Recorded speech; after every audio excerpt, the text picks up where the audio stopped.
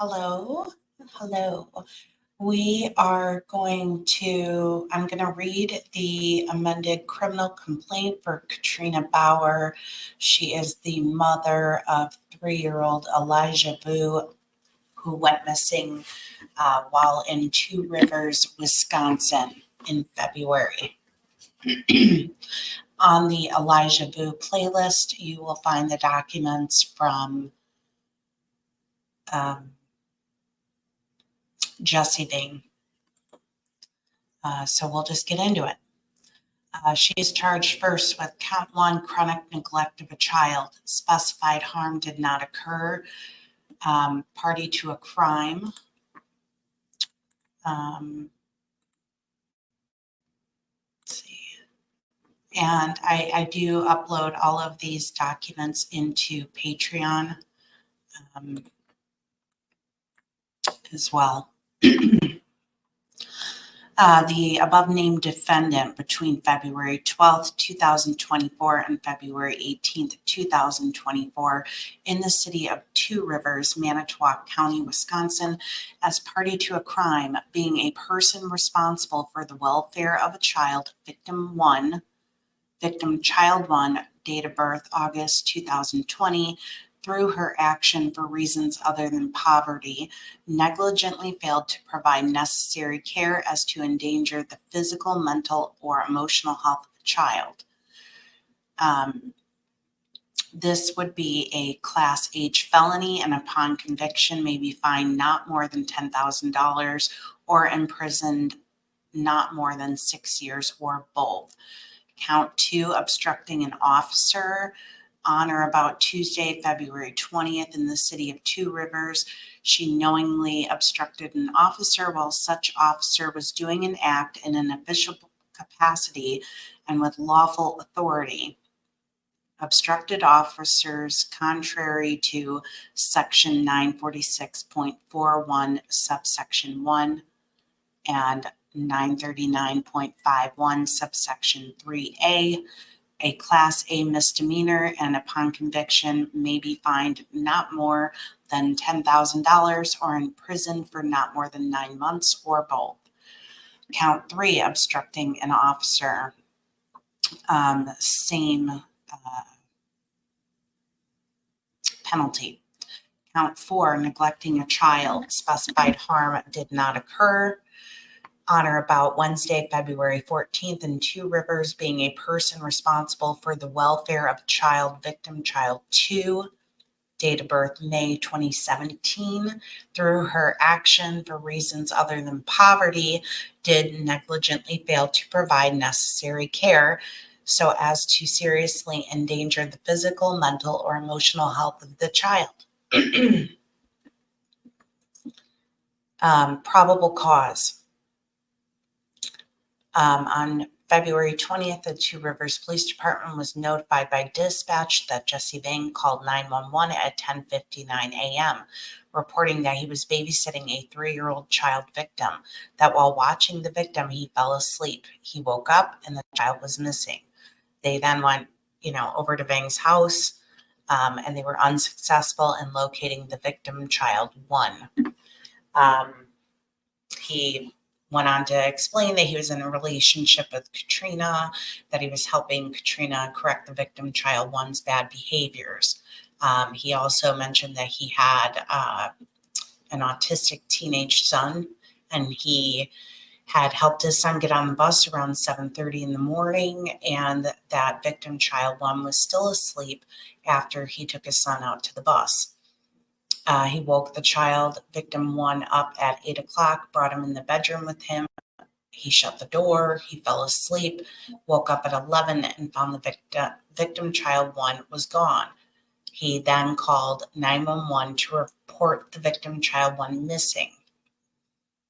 On February 20th, Detective Glaser spoke with Baur. Baur indicated that victim child 1 has been in the care of Jesse Vang for approximately 1 week, that she resides in Wisconsin Dells.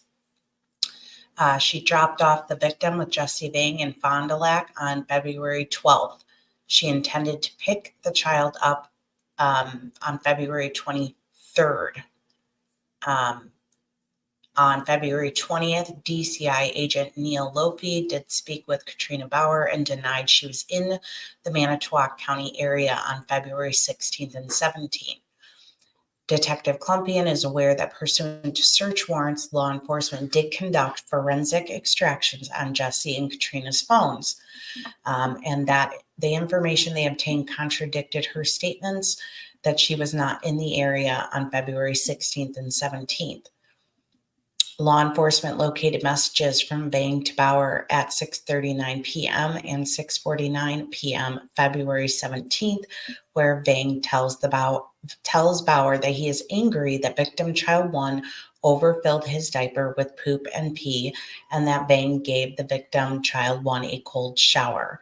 He noted that the child was clean but scared. Katrina explained to the detective that Jesse was the enforcer of the rules in the relationship and that was why she sent him to stay with him. She discussed the limits of what discipline she did not want used. Otherwise, she was fine with whatever discipline he enforced. And she gave examples, including praying, saying he was sorry, going over 4 rules that the victim child 1, 3 years old, this is Elijah, is supposed to be memorizing. At no point did she admit she was in the city of Two Rivers between February 12th and February 20th or had any face-to-face contact with victim child 1. A lot of this is very similar to Jesse's, so I'm kind of just trying to jump to parts that might have been different. So she eventually said that on the 16th, she left the Dells around 6 or 7, got to Two Rivers late at night. She saw victim child 1 on the couch, but he was tired. And she said she left early morning on February 17th. She was confronted about being in Two Rivers on a different day, and she did admit she was in Two Rivers on February 14th for a period of time and then went back home. On February 20th, Vang consented to a meeting with law enforcement and agreed to a consensual interview. During the course of that interview, Detective Herman spoke with Jesse Vang at the apartment prior to going to the police department. Vang made consensual statements in regards to his recent interactions with victim child 1. He stated that the victim child 1 is afraid of him, then corrected himself and stated that he respects me. He stated that they put victim child 1 here as a punishment for his bad behavior. They were trying to teach him how to be good here and good at home. Vang indicated that he's trying to make him understand that going home is a privilege. They went through a lot of the discipline of the timeouts, standing for 1 to 3 hours at a time, being required to pray, say, "I'm sorry, mommy," for hours at a time. Vang was unable to identify specific bad behaviors that required a timeout. He indicated that the victim child 1, which is Elijah again, is not potty trained and that he's still wearing diapers. And he said he changes the diaper at least once per day. On February 19th, he changed the victim's diaper prior to him going to bed at 9 p.m. He then watched Ready Player One prior to putting him to bed. He stated the victim will stand in a corner or stand by the bed by him. He gets pretty tired, I guess, like from standing too. He explained he doesn't want to be mean to him, but he's trying to teach him to be more respectful. He was asked about February 19th if he made the victim child 1 stand, to which he replied, yeah, for probably 2 to 3 hours. He confirmed that he stands for 2 to 3 hours without sitting. In the event the child tries to sit down, Vang will say, "You want cold water?" And he then indicated he's fine. It's not like his knees are shaking or about to fall over. Let's see. So then he basically just says he came in, locked the house up, and magically the child was able to unlock all of these locks and sneak out. They reviewed the cell phones again. They indicated that they put Elijah in the bathroom. on the evening of February 13th so they could do the business. Victim child 2 was asleep in the car in the middle of the night in winter. And that child, victim 2, is also autistic. When she saw victim child 1, he had a blindfold over his eyes. She took a picture of it. He had a blindfold. He had bruising on his jawline and neck on the left side, bruising on his upper arm. Katrina confirmed she took the picture and later deleted it. According to the National Weather Service, the low temperatures for Two Rivers that night was 27 degrees. They found Facebook Messenger messages where Elijah was standing in a corner in a diaper. Hands appeared to be in praying position, and the diaper looks full, and it looks to have been taken at Jesse's apartment. There's another incident where they, quote unquote, put him to sleep so they could go to the bar, go to the Quick Trip gas station, and he was left unattended. There's video footage. They can't see the child in the car.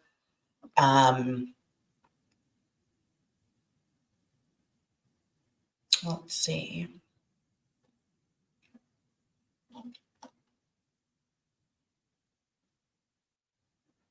And on February 18th, Jesse texted Katrina at 4:36 in the morning, "I told you to trust me.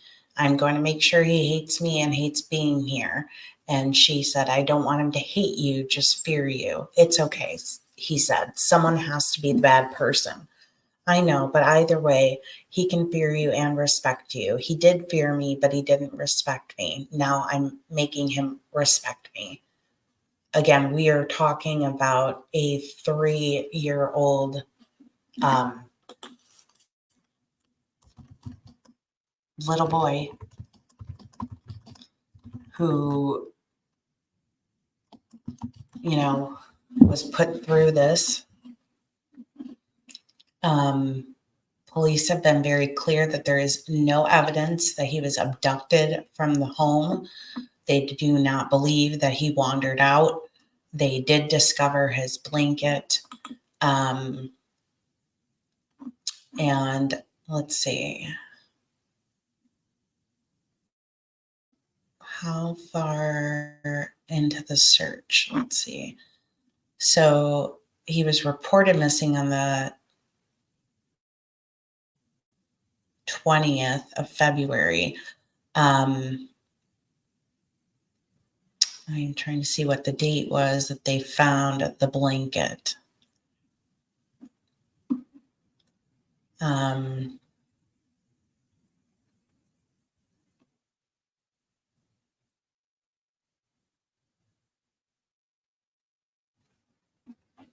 Let's see.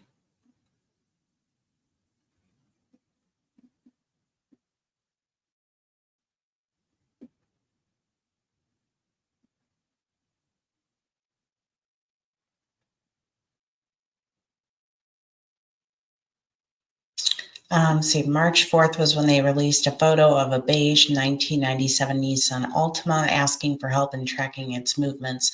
February 19th, the day before Elijah went missing, law enforcement has possession of the vehicle. I don't believe they have come out and said whose vehicle that was. March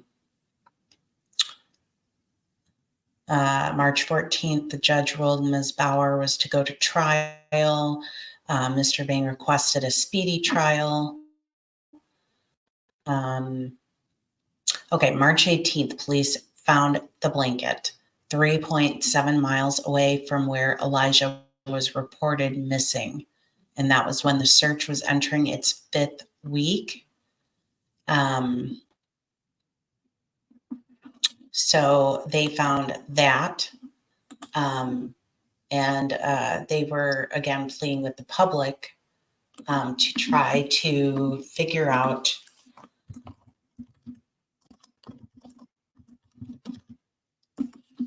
If anyone has any video footage of it, they have searched, landfill shores of the beach. They are searching in the Dells area where the mother lived. They are going, between the two. They are encouraging the participation of any volunteer help. They are just asking that you try to stay off of private property. They do have substantial video footage that they are still combing through. There is multiple law enforcement agencies have teamed up to offer a $40,000 reward for information that leads to the return of Elijah and or an arrest and conviction in his disappearance. So far, Vang and Baur have not been, charged with that disappearance or any foul play regarding that, other than the abuse.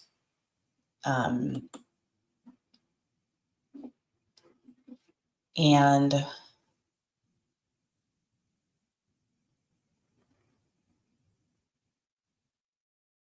they have on truerivers.org police page, they have two links.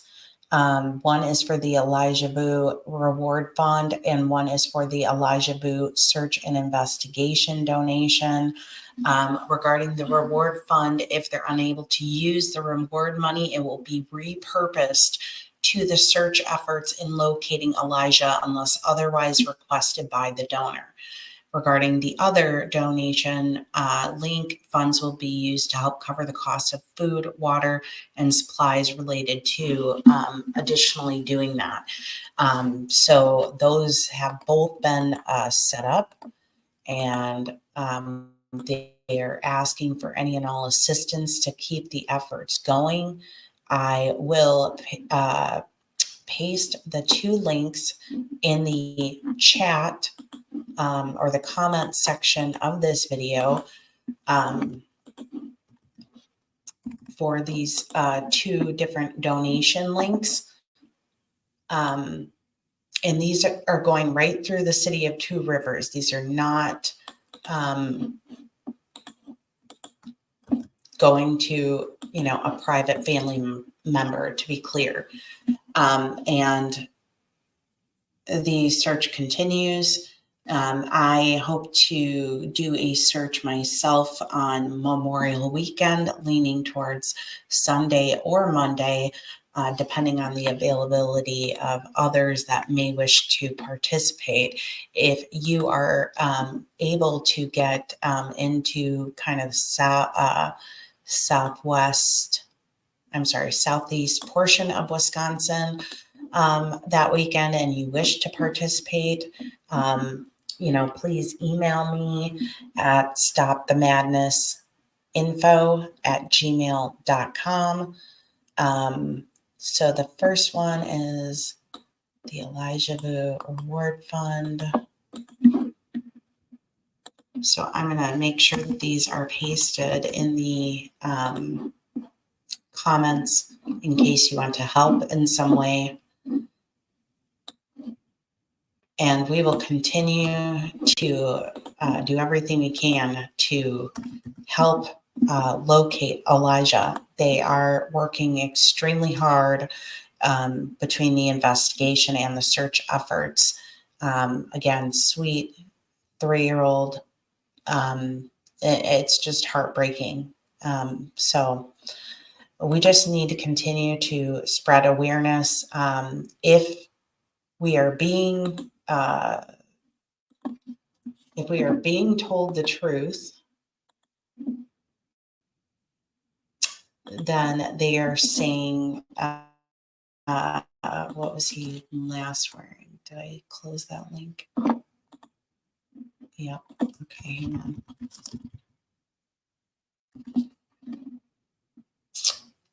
He was wearing, I believe, red slippers, pajamas.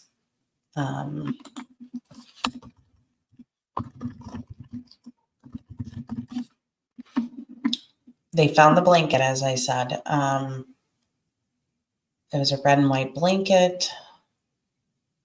Okay, he was allegedly last seen wearing gray sweatpants, as well as a long-sleeved, dark-colored shirt and red and green dinosaur slip-on shoes.